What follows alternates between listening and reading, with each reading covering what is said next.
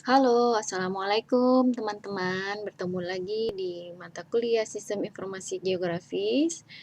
Materi hari ini adalah mengenai dasar-dasar pemetaan. Baik, ini adalah agenda kita.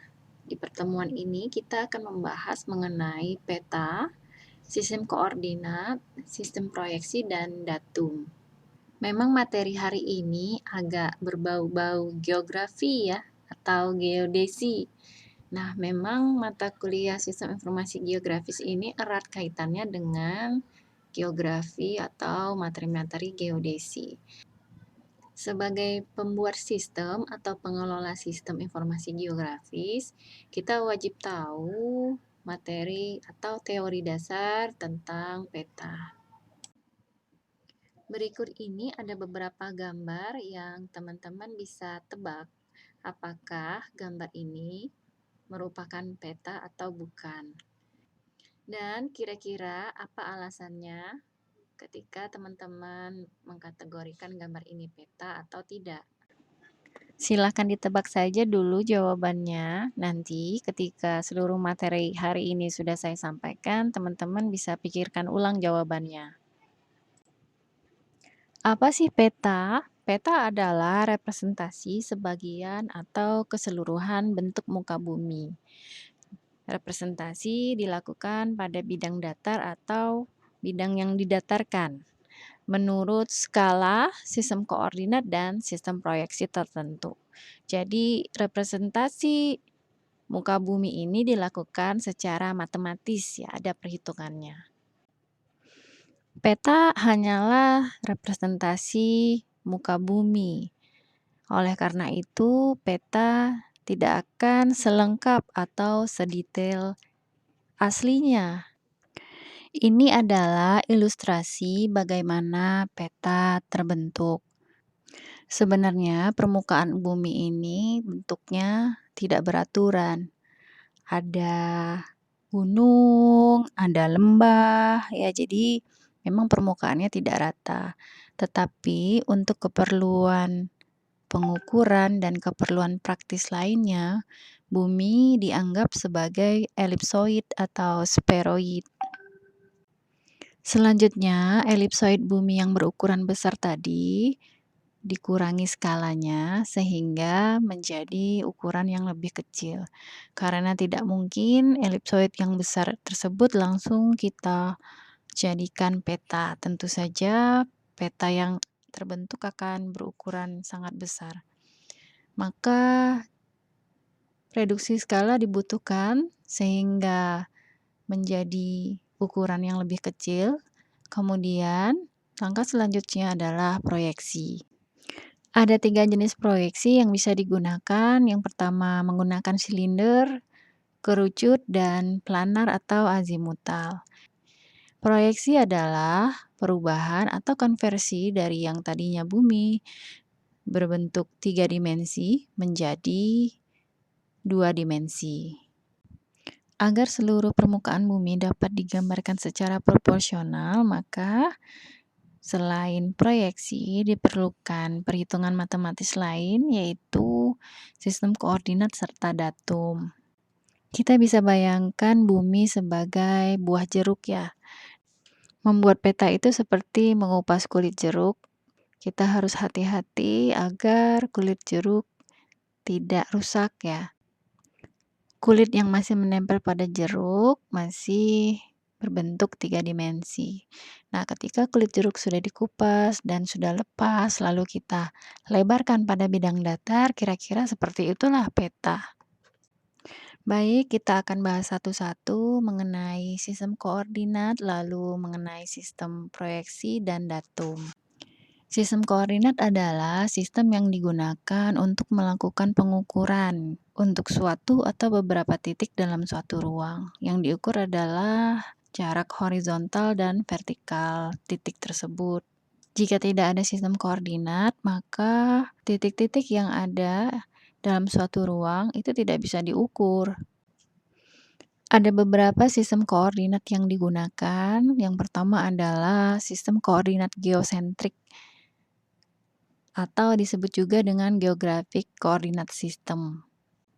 Sistem koordinat geosentrik ini memiliki titik nol yang berpusat di masa bumi atau disebut dengan geosenter. Komponen lain yang menentukan pada sistem koordinat geosentrik ini adalah prime meridian atau garis bujur 0 derajat serta ekuator atau garis lintang 0 derajat. Oke, jadi ini adalah garis lintang 0 derajat atau garis ekuator, kemudian ini adalah garis prime meridian atau bujur 0 derajat. Prime meridian ini ditentukan melewati Observatorium Greenwich. Gabungan antara seluruh garis lintang dan garis bujur akan membentuk graticular network seperti ini.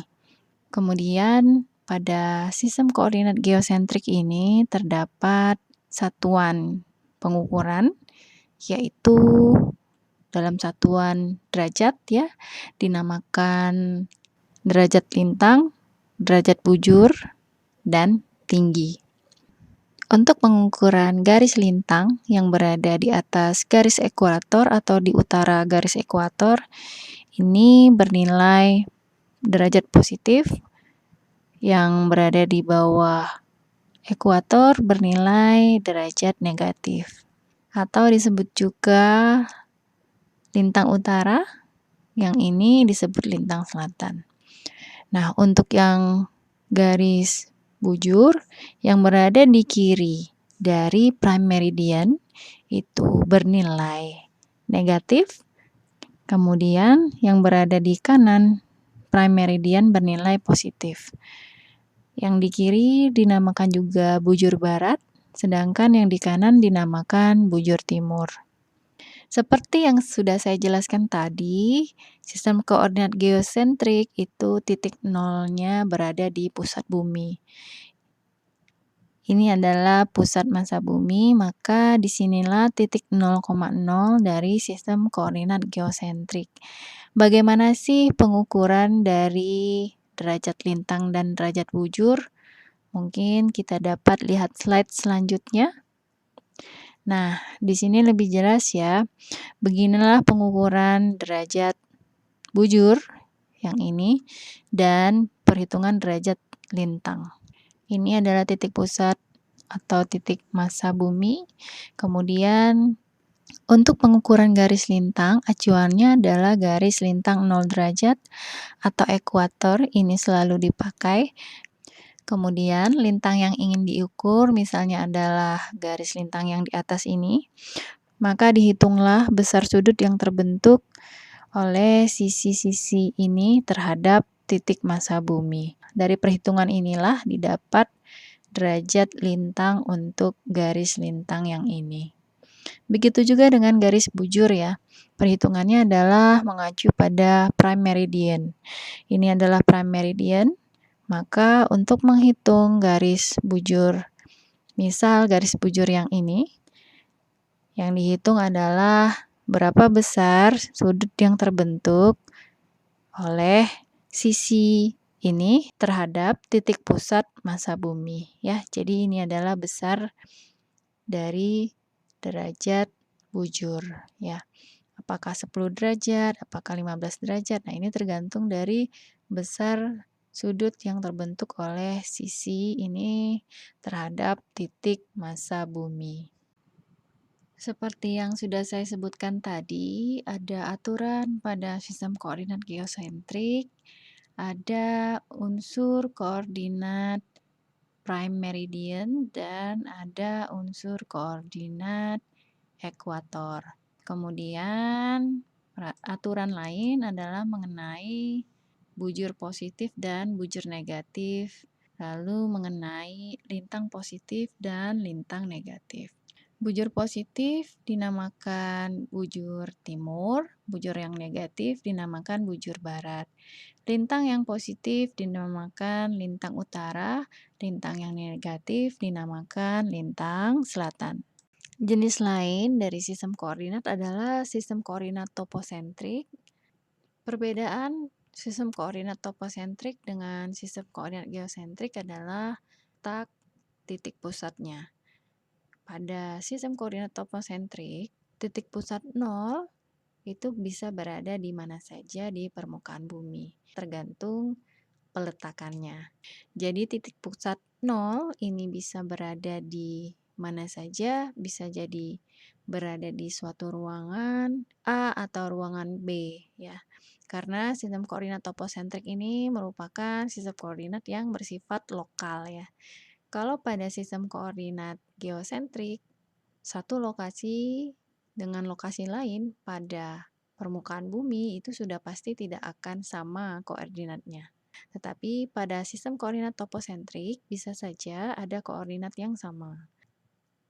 Koordinat yang sama tersebut memiliki nilai koordinatnya saja yang sama tetapi lokasinya berbeda. Oke, lanjut kita akan membahas tentang sistem proyeksi. Sistem proyeksi adalah model matematik yang digunakan untuk mengkonversi posisi 3 dimensi suatu titik di permukaan bumi ke representasi 2 dimensi di bidang peta atau bidang datar.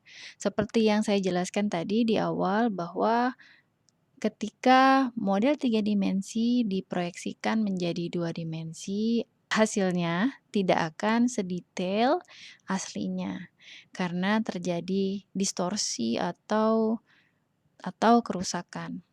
Nah, perlu dipilih model matematik mana yang menghasilkan distorsi minimum. Distorsi meliputi jarak, arah, bentuk, dan luas.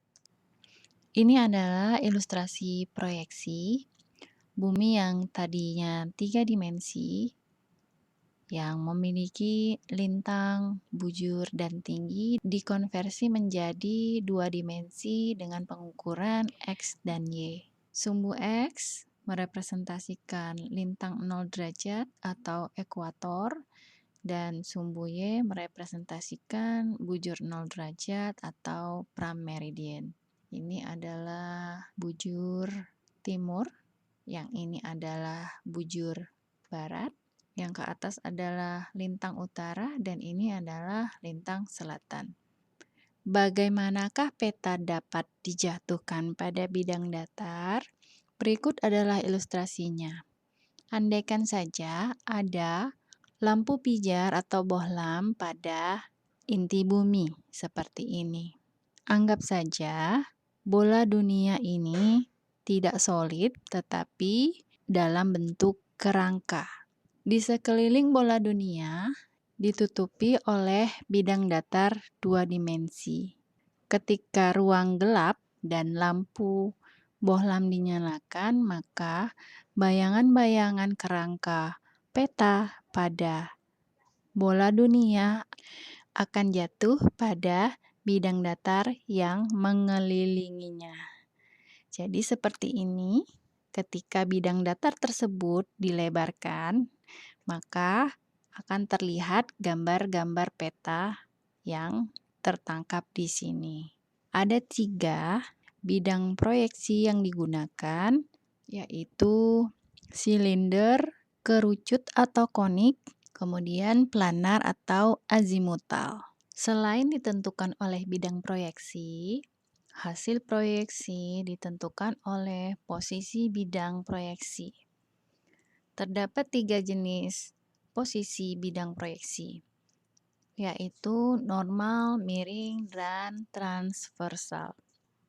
Posisi transversal adalah posisi bidang proyeksi yang ditidurkan. Lebih jelas dapat dilihat pada gambar berikut. Ini adalah proyeksi dengan menggunakan bidang silinder. Ini adalah posisi normal, silinder ditegakkan, kemudian ini adalah posisi silinder yang ditidurkan, kemudian oblik, ini adalah posisi silinder yang dimiringkan. Kalau pada bidang planar atau azimutal, ada posisi polar, ekuatorial, dan oblik. Setiap model proyeksi peta mempunyai kelemahan dan kelebihan. Apabila 1 atau 2 jenis distorsi diminimalkan, maka distorsi lainnya akan membesar. Sehingga pemilihan model proyeksi harus disesuaikan dengan kebutuhan. Dasar pemilihan biasanya melihat posisi daerah, bentuk dan ukuran daerah yang akan dipetakan, kemudian melihat kegunaan peta yang bersangkutan. Semua proyeksi mempunyai distorsi, namun masing-masing jenis proyeksi mempertahankan sifat aslinya. Ada yang bersifat ekuivalen atau mempertahankan luas permukaan, mempertahankan bentuk yang tetap atau konform, dan mempertahankan jarak yang tetap atau equidistant. Pemilihan jenis bidang proyeksi disesuaikan dengan lokasi daerah yang ingin diproyeksikan. Misal pada bidang proyeksi silinder atau cylindrical, itu sebaiknya digunakan untuk memproyeksikan daerah yang terletak pada garis khatulistiwa. Bidang proyeksi planar atau azimutal biasanya digunakan untuk memproyeksikan bidang yang lokasinya di area kutub. Sedangkan bidang proyeksi konik digunakan untuk memproyeksikan area yang berada di antara ekuator atau garis khatulistiwa dan kutub. Kita lihat pada bidang cylindrical, bidang bumi yang bersisian atau bersinggungan dengan bidang proyeksi adalah bagian ekuator. Jika bidang bumi bersinggungan dengan bidang proyeksi, maka di titik inilah distorsi tidak terjadi. Maka benar ya, untuk azimutal memang sangat baik untuk memetakan atau memproyeksikan daerah-daerah yang ada di kutub. Karena pada posisi inilah bidang proyeksi dapat menyinggung bumi. Kemudian untuk konik, kita lihat di sini bagian yang menyinggung sisi bumi adalah bagian antara khatulistiwa dan kutub ya. Jadi bagian yang ada di sini. Ya, jadi untuk meminimalkan distorsi tadi, pilihlah bidang proyeksi yang sesuai dengan area lokasi yang ingin diproyeksikan. Pembuatan peta Indonesia saat ini sering menggunakan proyeksi transverse Mercator. Mercator artinya adalah silinder. Transverse Mercator berarti adalah silinder yang ditidurkan. Dapat dilihat pada ilustrasi di bawah ini bahwa terdapat sisi bumi yang bersinggungan dengan sisi bidang proyeksi. Meridian standar, ada dua meridian standar, sebelah kiri dan sebelah kanan. Dan ini adalah meridian tengah. Bagian yang bersinggungan ini memiliki faktor skala 1:1, sehingga bagian ini memiliki distorsi yang minimum atau tanpa distorsi. Ada yang namanya sistem koordinat Universal Transverse Mercator atau UTM. Sistem koordinat ini menggunakan sistem proyeksi silinder confirm transversal ini. Confirm adalah bentuk yang digambarkan pada proyeksi peta harus sesuai dengan aslinya dan mempertahankan kemiripan dengan bentuk aslinya yang tampak pada bumi. Pada sistem koordinat UTM terdapat 60 zona, di mana masing-masing zona lebarnya adalah 6 derajat, dihitung dari 180 derajat bujur barat dengan nomor zona 1 hingga ke 180 derajat bujur timur dengan nomor zona 60.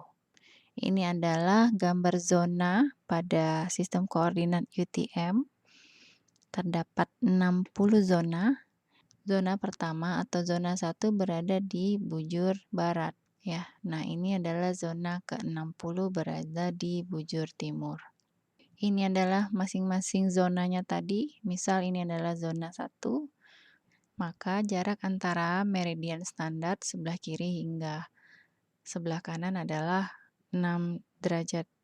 Untuk memetakan atau memproyeksikan daerah di sebelahnya, maka bola dunia ini harus dirotasikan sehingga yang bersinggungan pada meridian standar ini adalah zona atau area yang di sebelahnya. Bola dunia diputar terus hingga 360 derajatnya.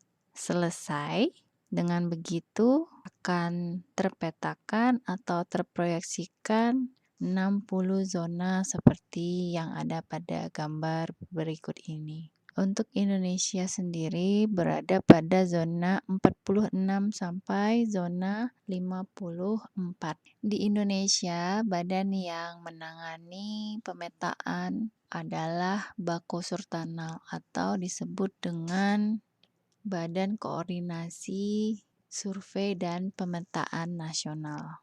Oke, kita lanjut membahas tentang datum. Seperti yang telah dijelaskan sebelumnya di awal materi, permukaan bumi sebenarnya adalah tidak beraturan seperti ini. Untuk keperluan praktis dan pengukuran, permukaan bumi dianggap sebagai elipsoid. Nah, datum adalah besaran-besaran yang menghubungkan elipsoidal referensi dengan permukaan fisik bumi. Datum digunakan sebagai acuan pada pemetaan. Ini tadi adalah permukaan bumi yang tidak beraturan, yang berwarna biru, kemudian ada elipsoidal referensi yang digunakan sebagai acuan pemetaan. Selain elipsoidal referensi, datum memiliki parameter lain, yaitu origin sistem koordinat dan orientasi sumbu-sumbu koordinat. Terdapat jenis datum global dan datum lokal. Datum global atau datum absolut ialah datum geodetik yang elipsoidal. Referensinya fit dengan geoid untuk seluruh wilayah permukaan bumi. Sedangkan pada datum lokal, elipsoid referensinya hanya fit dengan geoid atau permukaan pada wilayah terbatas saja atau lokal. Kembali pada gambar ini dapat dilihat bahwa pemilihan datum itu sangat berpengaruh. Pilihlah datum yang tepat untuk menghindari distorsi yang besar pada pemetaan. Pada datum global, elipsoidal referensinya yang berwarna merah ini tidak dapat memetakan daerah bawah dengan cukup baik. Nah, ketika ingin memetakan area yang bawah ini mungkin bisa dipilih datum lain yang lebih kecil sehingga bisa fit dengan permukaan bumi seperti datum lokal yang berwarna hijau ini. Ini adalah akhir dari materi kali ini. Jadi dapat disimpulkan bahwa ada 3 parameter yang mempengaruhi pemetaan, yaitu sistem koordinat, sistem proyeksi, dan datum. Ketiga parameter tersebut harus ditentukan dengan baik sehingga dapat menghasilkan peta dengan distorsi yang minimum. Demikian materi kali ini, semoga bermanfaat. Assalamualaikum warahmatullahi wabarakatuh.